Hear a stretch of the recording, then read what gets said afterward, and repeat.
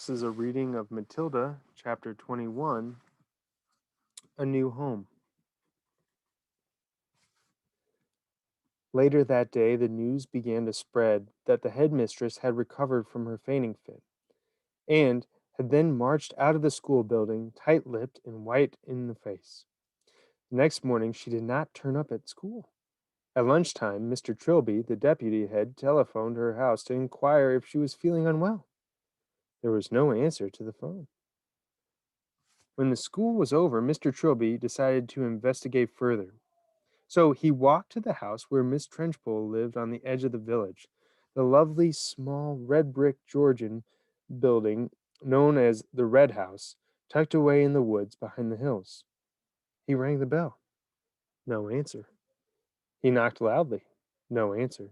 He called out, "Is anybody at home?" No answer.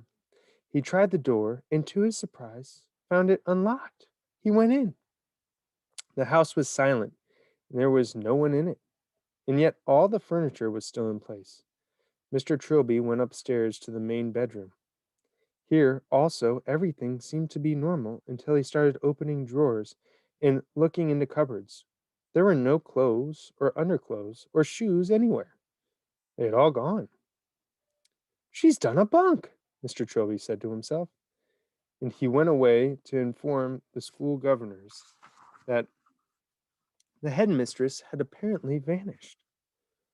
On the second morning, Miss Honey received by registered post a letter from a firm of local solicitors informing her that the last will and testament of her late father, Dr. Honey, had suddenly and mysteriously turned up. This document revealed that ever since her father's death, Miss Honey had in fact been the rightful owner of the property on the edge of the village known as the Red House, which until recently had been occupied by a Miss Agatha Trenchbull. The will also showed that her father's lifetime savings, which fortunately were still safely in the bank, had also been left to her. The solicitor's letter added that if Miss Honey would kindly call into the office as soon as possible, then the property and the money could be transferred into her name very rapidly. Miss Honey did just that, and within a couple of weeks she had moved into the Red House, the very place in which she had been brought up, and where luckily all the family furniture and pictures were still around. From then on, Matilda was a welcome visitor to the Red House every single evening after school, and a very close friendship began to develop between the teacher and the small child. Back at school, great changes were also taking place. As soon as it became clear that Miss Trenchbull had completely disappeared from the scene, the excellent Mr. Trilby was appointed head teacher in her place, and very soon after that, Matilda was moved up into the top form, where Miss Plimsoll quickly discovered that this amazing child was every bit as bright as Miss Honey had said. One evening, a few weeks later, Matilda was having tea with Miss Honey in the kitchen of the Red House after school as they always did, when Matilda said suddenly, "Something strange has happened to me, Miss Honey." "Tell me about it," Miss Honey said. "This morning," Matilda said, "just for fun, I tried to push something over with my eyes, and I couldn't do it. Nothing moved. I didn't even feel the hotness building up behind my eyeballs. The power had gone. I think I've lost it completely." Miss Honey carefully buttered a slice of brown bread and put a little strawberry jam on it. "I've been expecting something like that to happen," she said. "You have? Why?" Matilda asked. "Well," Miss Honey said, "it's only a guess, but here's what I think. While you were in my class, you had nothing to do, nothing to make you struggle. Your fairly enormous brain was going crazy with frustration. It was bubbling and boiling away like mad inside your head. There was tremendous energy bottled up in there with nowhere to go. And somehow or other, you were able to shoot that energy through your eyes and make objects move. But now things are different. You're in the top form competing against children more than twice your age, and all that mental energy is being used up in the top class. Your brain is for the first time having to struggle and strive and keep really busy, which is great. It's only a theory, mind you, and it may be a silly one, but I don't think it's far off the mark. I'm glad it's happened, Matilda said. I wouldn't want to go through life as a miracle worker. You've done enough, Miss Honey said. I can still hardly believe that you made all this happen for me. Matilda, who was perched on a tall stool at the kitchen table, ate her bread and jam slowly. She did so love these afternoons with Miss Honey. She felt completely comfortable in her presence, and the two of them talked to each other more or less as equals. Did you know, Matilda said suddenly, that the heart of a mouse beats at a rate of 650 times a minute? I did not, Miss Honey said, smiling. How absolutely fascinating. Where did you read that? In a book from the library, Matilda said. And that means that it goes so fast you can't even hear the separate beats. It just sounds like a buzz. It must, Miss Honey said. And how fast do you think a hedgehog heart beats? Matilda asked. Tell me, Miss Honey said, smiling again. It's not as fast as a mouse, Matilda said. It's 300 times a minute. But even so, you wouldn't have thought that it went as fast as that in a creature that moves so slowly, would you, Miss Honey?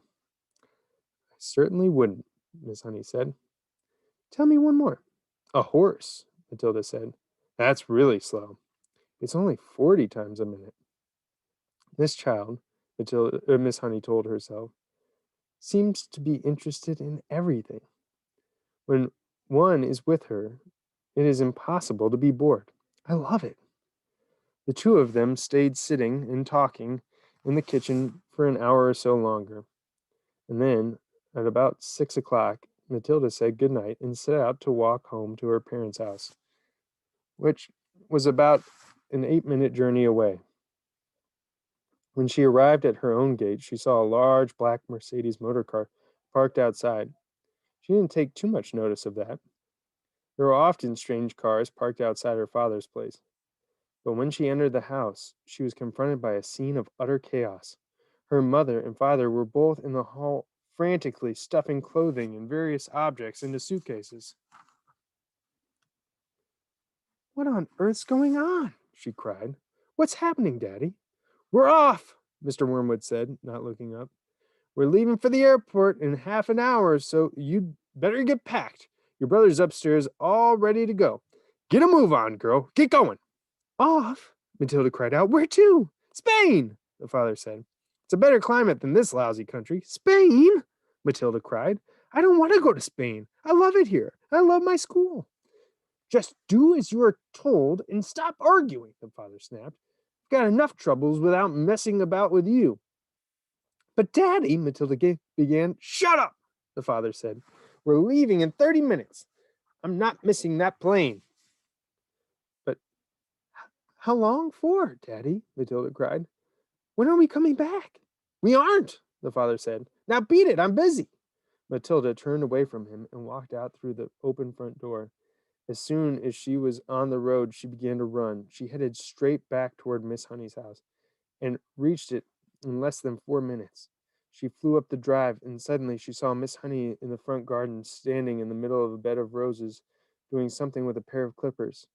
Miss Honey had heard the sounds of Matilda's feet racing over the gravel, and now she had straightened up and turned and stepped out of the rose bed as the child came running up. My, she said. What in the world's the matter? Matilda stood before her, panting, out of breath, her small face flushed crimson all over. They're leaving, she cried. They've all gone mad. And they're filling their suitcases, and they're leaving for Spain in about 30 minutes. Who is?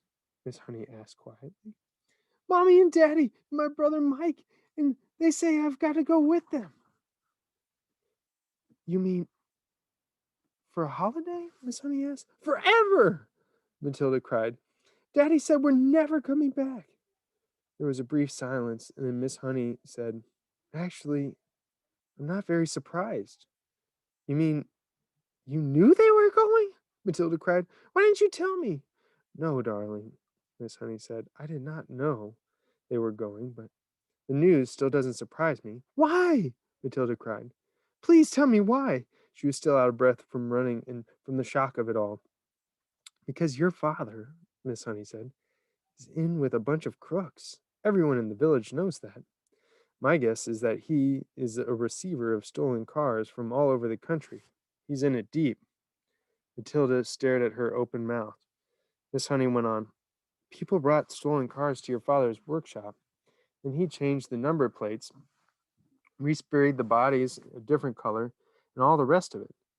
Now somebody's probably tipped him off to the police and are onto him, and he's doing what they all do, running off to Spain or wherever they can't get him.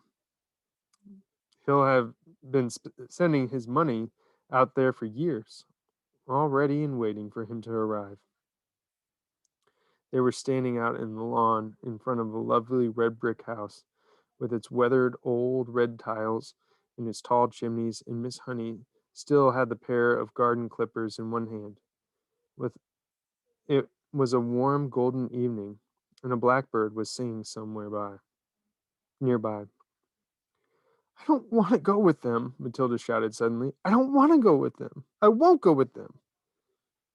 I'm afraid you must, Miss Honey said. I want to live here with you, Matilda cried. Please, let me live here with you. I only wish you could, Miss Honey said. But I'm afraid it's not possible. You cannot leave your parents just because you want to. They have a right to take you with them. But what if they agreed? Matilda cried eagerly. What if they said yes? Can I stay with you? Would you let me stay with you then? Miss Honey said softly. Yes, that would be heaven. Well, I think they might, Matilda cried. I honestly think they might. They don't actually care tuppence about me. Not so fast, Miss Honey said. We've got to be fast, Matilda cried. They're leaving any moment. Come on, she shouted, grasping Miss Honey's hand. Please come with me and ask them. But we'll have to hurry. We'll have to run. The next moment, the two of them were running down the drive together and then out to the road, and Matilda was ahead, pulling Miss Honey after her by her wrist. And it was a wild and wonderful dash they made along the country lane and through the village to the house where Matilda's parents lived. The big black Mercedes was still outside, and now its boot and all its doors were open, and Mr. and Mrs. Wormwood and the brother were scurrying around like ants, piling in the suitcases as Matilda and Mrs. Honey came dashing up. Daddy, Mummy, Matilda burst out, gasping for breath. I don't want to go with you. I want to stay here and live with Miss Honey. And she says I can, but only if you give me permission. Please say yes. Go on, Daddy. Say yes. Say yes, Mummy. Father turned and looked at Miss Honey. You're that teacher woman who once came here to see me, aren't you? He said. And he went back to stowing the suitcases in the car. His wife said to him, This one'll have to go in the back seat. There's no room for it in the boot. No more room in the boot. I would love to have Matilda, Miss Honey said. I would look after her with loving care, Mr. Wormwood, and I would pay for everything. She wouldn't cost you a penny.